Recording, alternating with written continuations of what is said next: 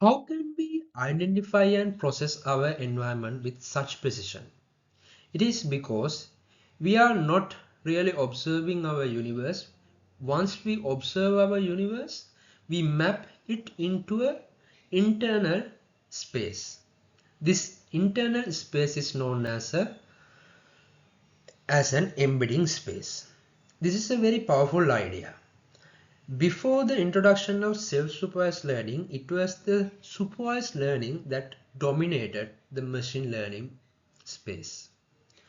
But the problem is with supervised learning is that it requires a lot of labeled data, and labeling data requires a lot of attention and effort. As a result, the researchers asked a question: what if we can let the model learn the structure of the data before giving it a supervision signal? In other words, we ask the model to generate its own supervision signal. So this is the birth of self-supervised learning. SimCLR architecture is the first self-supervised learning architecture. We take an image and we augment it in two different ways. In the original paper, they are applying Gaussian blurs and color augmentations, random croppings, cutouts, rotations. And then we ask the model to understand that these two are the same object or the same image. In other words, we ask the model to map these two images to the same place in the embedding space.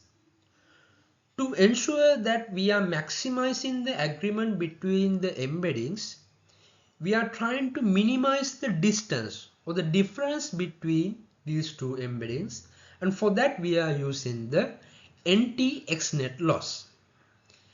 NT-Xent loss is very much similar to the softmax function, but here we are using tau, a temperature function, temperature parameter. This temperature parameter defines how spread out our attention is. And the problem with SimCLR is that it is not that stable. We must use careful hyperparameter tuning to get a good and stable representation.